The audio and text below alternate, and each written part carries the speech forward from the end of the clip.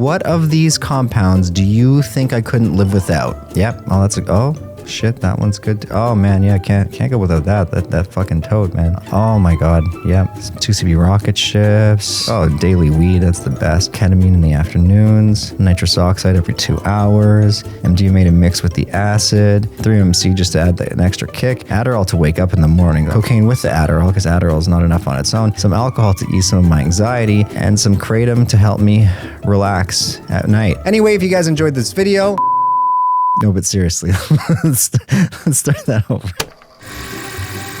Hello, everybody. Welcome to PsychedSubstance. In today's video, we are going to be going over my 2023 drug tier list. Now, I have to preface this video by saying I do not recommend anybody watching takes anything. I am making this for the case of education, safety, harm reduction, all that good stuff. I am not making this to influence anybody to take something, more so in the sense to share with you guys some of the dangers and safety precautions that you must go through when selecting what kind of compound to take. It's no secret that most people partake in some kind of drug use, be it alcohol, cannabis, acid, mushrooms.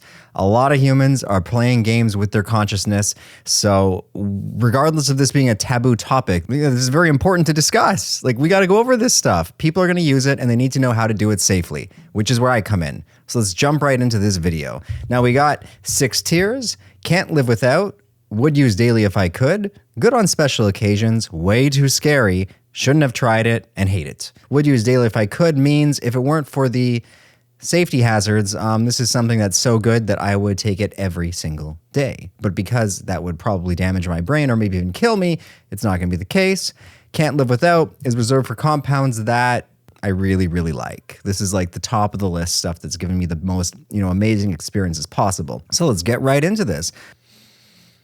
So the compounds we have are LSD/acid, DMT, that is N,N-dimethyltryptamine, 5-methoxy-DMT in the form of Bufo alvaris toad, psilocybin mushrooms, 2CB, cannabis, ketamine, nitrous oxide, MDMA, 3-MMC, Adderall, but this is basically going to encompass all amphetamines, be it dexedrine, Vyvanse, street amphetamine paste, that's all basically Adderall, cocaine, alcohol, and finally kratom or kratom. So let's start with the top, can't live without. This is hard because obviously I could live without any of these, and the best thing you could do is not take freaking substances, guys. But if I had to pick the top, like let's say this is S tier, it's gotta be my man Lucy. LSD is one of those versatile compounds that you can take macro doses, big doses of to blast you to the moon and beyond. You can take small micro doses of to increase your focus, to work as like a safe ADHD medication. In fact, Albert Hofmann, the guy who discovered LSD himself, thought that it would be used to replace Ritalin if it wasn't so harshly scheduled. And it's so physically safe. Nobody has ever died from taking too many hits of acid, which is mind-blowing. We've got all these legal substances like alcohol killing people every day. And meanwhile, this illegal stuff like acid is out there just saving lives. In fact, one of the co-founders of Alcoholics Anonymous, Bill Wilson, would never have quit his alcoholism if it wasn't for LSD. But anyway, acid is such a versatile, magical, unique compound that I would say if there was any substance on this list that everybody should try at least once. I mean, think of the 60s, 50s, and 60s, 70s, Summer of Love, acid, make love, not war. It would be that one. Again, I don't recommend that anybody takes anything, but if you're going to do stuff, take the safe ones that aren't going to kill you. Now, physical safety is one thing. Emotionally, mentally safe, on the other hand, is a whole other ball game. Intense trips are bound to cause bouts of PTSD. People have actually committed suicide on very high doses. If you have latent schizophrenia, it can bring it to the surface sooner. This is not something to be messed with. It is incredibly powerful, and all of the different experiences are also dose dependent and individual sensitivity dependent. Some people are much more sensitive than others, but ultimately, if you're gonna do something like this, you start small. Next up, what else couldn't I live without? Is there anything else that I would say like is absolutely vital to my existence? Yeah, we gotta throw DMT up there. Can't live without LSD, DMT. DMT, again, extremely safe when smoked. No one has ever died from smoking too much DMT. People have died when they take it in the form of ayahuasca. That's when you consume it with a monoamine oxidase inhibitor, and there's dangerous interactions like simply taking it with SSRI medication could cause serotonin syndrome, which could kill you, or taking it with Adderall or cocaine or, stimulants can kill you. But when it's smoked, it is very safe. In fact, my most mind-blowing experiences that really opened my eyes to what this reality is, I'll lean up from combining DMT with LSD. So in fact, not only are both of these incredible on their own, but in combination, it is going to send you to some alien landscapes that words will fail to ever fully encapsulate. Is there anything else I couldn't live without? You know what else I can't live without? Surfshark, this video's sponsor. This video is sponsored by a VPN provider, which is Surfshark. And if you've been watching my videos, you know that these guys have sponsored a whole ton of my videos. Basically, your internet provider can see everything you're doing. They have not X-ray vision, what would it be called? They just have access to your entire internet history. So if you're looking up very taboo stuff like this, I don't know, you're being watched, which makes me uncomfortable, which is why I always use a VPN provider to take my privacy into my own hands. And if you sign up today for Surfshark with the code PSYCHED, you're going to get a whopping 83% off, unlocking probably the best price for a VPN on the market. You're also getting a free 3 extra months. Fantastic deal. And as always, if you watch movies, and a lot of us love to do that Netflix and chill shit, you can change your location with the VPN. So say you're in, the States, you can say you live in Canada, which will unlock a whole range of new videos to waste your time watching. How amazing is that? Anyway, if you guys support my content, I highly suggest you check out Surfshark, because the more of you guys that sign up, the more likely they are to support future videos. So follow the link in my video description, use code PSYCHED, and let's get on with this video. Cheers. Is there anything else I couldn't live without? Now that's it for me. I know a lot of you guys are expecting mushrooms, which are going to not be on here yet. So next up, let's do would use daily if I could. So the can't live without, these things could actually be used daily, which is funny.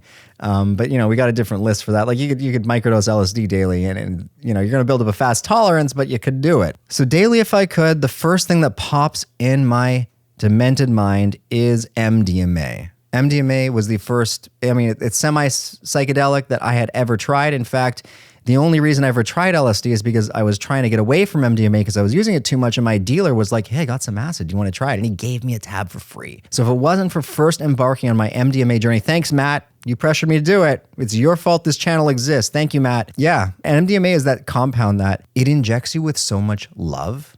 Like when you first try it, a lot of people don't realize that they're even capable of feeling that much warmth. And it can just make every day feel like a magical adventure through Wonderland. Unfortunately, if you did use it every day, your brain is going to look like Swiss cheese, as they would say. You're going to have no serotonin. In fact, you want to wait at least 2 to 3 months between uses if you're practicing the utmost of safety. But everyday use would just nullify all of the positive effects. You would probably stop feeling it completely. And your serotonin, the dendrites on the cells are probably going to be damaged permanently, I would go as far as to say. Good luck recovering from that. So you would never, ever want to take it more than once every 2 to 3 months. But if you could take it every day, if you could feel that level of love and gratitude every day, people are like, just meditate. But then a lot of people would. What else would be on use daily if I could? Keep in mind, this is my list. A lot of you guys would have cannabis right up there. Can't live without. But this is my list, not yours. We'll probably throw 3-MMC up there. So 3-MMC is very similar to MDMA. In fact, I like it more. It is a stimulant, and a lot of psychotherapists are now seeing more merit in using 3-MMC for the psychotherapy than MDMA. It's starting to replace it in some circles, and that's because 3-MMC gives you all of the truth serum effects of Miss Molly minus the touchy-feely. So for a therapist, you don't want your patients like feeling your face, trying to kiss you, maybe trying to make love to you, which is where 3-MMC is becoming popular. And it's also very short acting, and it has less of a come down. I would probably put it's hard. I don't know which one should go first here if the order matters, because before MDMA loses its magic, it is king. But once it does lose its magic, which has happened to me, 3-MMC is preferred, again, because you might have the next day you feel a little low, but it's got like maybe a two-day max come down. Sometimes you feel fine the next day. It's like MDMA without the come down. It's not as strong. If MDMA was like a 10 for strength, this would be like a 7 or an 8, but I think the lack of a come down makes it more desirable. That's about it for me for the daily use. Good on special occasions. Let's throw nitrous oxide up there, also known as whippets. This is that shit that you put in the whipped cream dispenser to make your liquid turn into a frothy whipped cream. But when you take it, it's actually kind of like tofu. Like, you know, tofu doesn't have much of a taste, but you have to add certain spices to it to bring out its flavor. Nitrous oxide on its own is very underwhelming, but when taken as a recreational compound, there's very little enjoyment in it. However, if you're on, say, acid or mushrooms or a psychedelic or even MDMA and you take it, it's like a totally different experience that takes on different characteristics depending on the substance you take, and it can like heighten the euphoria or just even the psychedelic experience. It makes things way more trippy. Another name for it is hippie crack, and it is good on special occasions. In the past, I've gotten in the habit of using it way too often. I was daily use for a little while, but now it's just good on special occasions. Also in this list, we're going to throw 2CB in there. 2CB is also known as the beginner's psychedelic, not to be confused with pink cocaine. This new compound that's spreading across the entire world called pink cocaine is not 2CB. It's actually a mixture of often GHB, MDMA, cocaine, fentanyl, ketamine is always in there, and the opioid of choice is interchangeable. Sometimes it's methadone. It's always a different recipe, and the only reason they all look the same is because they dye that shit pink. That is so dangerous. You never want to combine compounds, and this is like the substance itself is a combination. So when I say 2CB, I mean spelled 2CB, not TUCIBII or however the hell. No, the 2C is a different substance. 2CB is a very interesting compound because the effects vary depending on the dose, as with all of them, but this one's more dramatic. At the 10 milligram mark, ingested orally, it's got some stimulant properties, kind of like a light, Molly high. Some people say, I think it's nothing like it, but some people say it is. And then once you enter the, 30, 40, 50 milligram range, it's like a full-blown psychedelic. The primary difference is 2CB offers a lot more tactile enhancement. And of all psychedelics, this is probably the best one to use for sex. In fact, there was a period where it was sold before it was made illegal in sex stores. It went by the name of Eros, I think. Don't quote me on that. Anyway, it can make sex so much more pleasurable. It makes your skin tingly, and it's good on special occasions. What else is good on special occasions? This is gonna be a long list. Yep. Throw my mushrooms in there. A lot of you guys thought that mushrooms would be can't live without, but I'm one of those people that prefers acid to mushrooms. Mushrooms, for me, as my therapist says, induce shadow work. They get you to see your problems and sometimes work through them. And high doses of mushrooms I find very similar to even a full-blown DMT trip. Mushrooms are challenging. Now, in the microdose range, they're good for increasing your mood. They're good for depression. As a microdose, they're fantastic. But in macro, like in real-size doses, I reserve them for special occasions. And those special occasions not being like, yay, woo, birthday parties. No, more like the special occasions where there's some shit I really got to work through and it's time for the mushroom gods to set me straight. Good on special occasions. Let's see, what else? Yeah, let's throw the toad. That toad, Bufo alvarez, 5-MeO DMT, is like normal traditional NN-DMT minus the light show. It's less visual, and it's kind of like a surefire way to enter the spirit world. It's more likely to give you that meeting God, one with the world experience, than traditional NN-DMT, making a lot of people prefer it to that. I, on the other hand, love visiting my alien family and friends. Hi, guys. See you soon. And 5-MeO is more like you're just experiencing what it's like to enter the afterlife, which some people are after.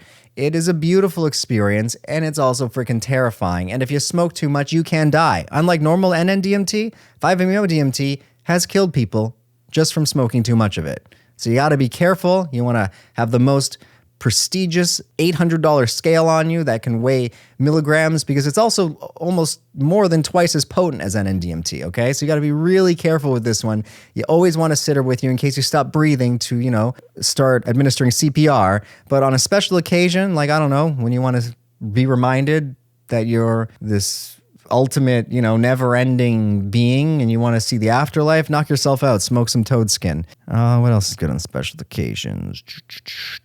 Yeah, we'll throw alcohol there. Alcohol is good on special occasions. I don't want to get into a safety list, but alcohol is one of the most dangerous substances that we have available to us. Again, people don't realize just how powerful it is too. One drink is fine, but like 10 to 20 drinks, oh gosh. You could have alcohol poisoning, you could die. So many people have corroded livers, it causes heart problems, skin issues for me. Alcohol is something that you don't want to drink all the time. It's like a poison, okay? It's not healthy, but people are still going to do it. Now, let's move on to way too scary. And actually, I'm going to move the toad. I think the toad is way too scary. A lot of people are going to disagree with me on this. I know I'm going to get some heat, but it is terrifying. That toad is, ooh, man, it's freaky. You got to be in like the right headspace to really enjoy that one. And then the physical dangers around it, for me, it's too scary to use. Let's move on to shouldn't have tried it. Drum roll, please. We got amphetamines. A lot of you guys know this already, but at the age of 30, I was diagnosed as having ADHD. They proceeded to prescribe me daily amphetamine use in the form of Vyvanse with a dexedrine booster. People say it's the most closely related to how meth feels. In fact, I have a friend who's in rehab right now to recover from a meth addiction, and before she started taking meth, she was crushing up her son's dexedrine and injecting it straight into her veins. And she said there really wasn't much of a difference, except you needed a lot of it. And I was prescribed this stuff on the daily. It included memory impairment, complete adonhenia. Why can't I say the word? Adonia, the thing where you can't feel pleasure. That's what happens when you use it. In fact, you need it just to feel normal. In fact, it exacerbated all of my symptoms of ADHD. It didn't make them better. It made them worse. And it got to the point where I would have been better off if I wasn't even on it, because now I needed it to reach my normal and my ADHD was way worse. And the memory problems were horrible. I wish I never tried it. Haven't used it for years. Would never use it again. Next on Wish I Didn't Try It. Oh yeah, that's right, kratom. As you guys know, who follow my channel, I've had a kratom addiction for years. It is a legal compound in the States. It's commonly sold at gas stations. It has over 40 active alkaloids. It affects the serotonin system, but primarily it's got mitragynine. Is that it? Mitragynine? It included memory impairment. I gotta look this up. I'm pretty sure it's mitragynine. Yeah, mitragynine. That is an opioid, all right? And some people take extracts of kratom, which is just really heavily concentrated mitragynine, and it's like a full-blown opioid experience for them. I mean, I don't know what it's similar to. I don't know. Not as strong as Oxy, but maybe. It all depends on how much you're taking. What a lot of people don't realize about it is the withdrawals can be brutal for some people. For some, they say it's not even as bad as coffee, and those are the lucky guys. For me, I mean, trying to get off it, I have a whole video, actually, that documents me getting off it. It documents like a few months to get clean, and in fact, it took over 6 months of being off it to finally feel creative again. It completely zapped my brain's ability to create dopamine. Like, this is what addiction does. It depletes your own brain's neurotransmitters so that you're fully dependent on that compound to reach, again, a state of normal. At first, what happens with all these things is when you take them all the time, your normal's here and it gives you a boost, but your brain is always trying to reach homeostasis. So your baseline starts lowering, and then that boost lowers with it, right? So picture this. Here's the beginning, lowers, and now that boost eventually just brings you up to baseline. Obviously, there's going to be some other effects. It's not exactly like baseline. You might feel like a little pleasure, but that pleasure in the beginning might have lasted 3 or 4 hours, and then when you're taking it daily, it might only last 30 minutes. So the problem with it is if try doing it once in a while, like this, if it was good on special occasions, great. It is a good compound, special occasions.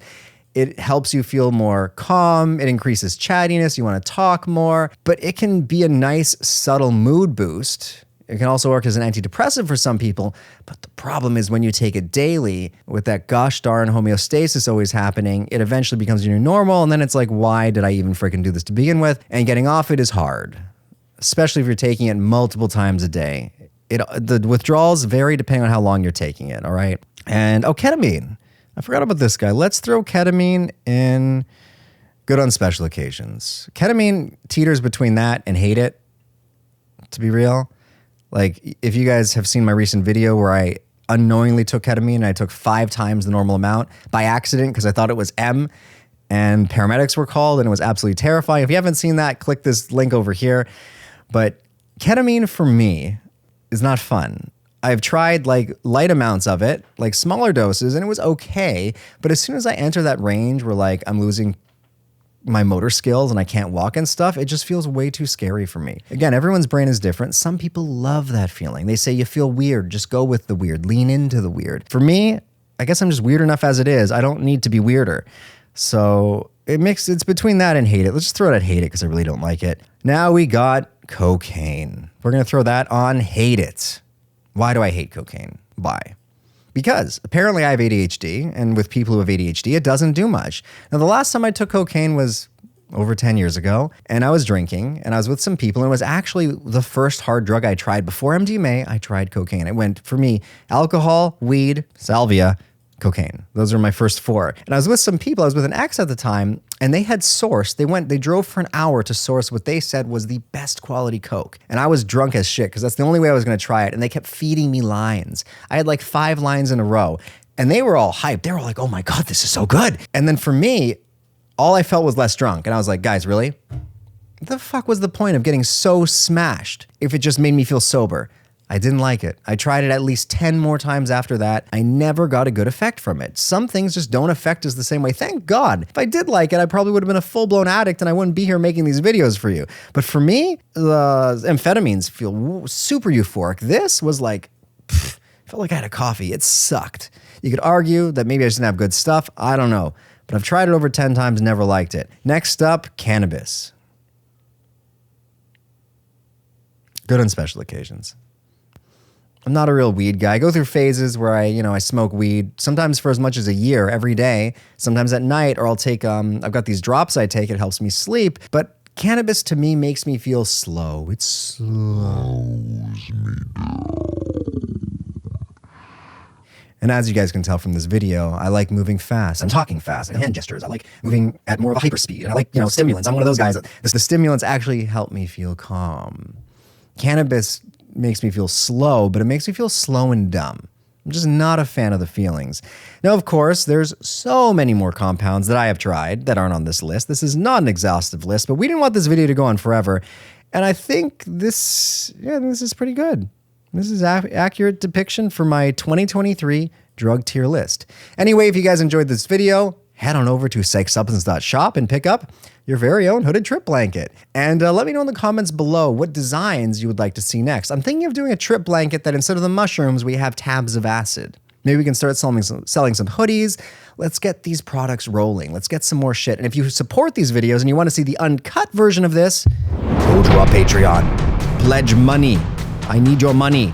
We're not making much money. I need money. No, but really, pledge on Patreon. You get to see the uncut version of this, the longer version of this, and your support helps keep the channel going. And of course, as I continue to tell you what to do, because you just love listening to my instructions, click the like button, but only if you liked it, and leave a comment. If it's not just for the algorithm, just leave a comment. And I will see you guys all in the next video. Cheers.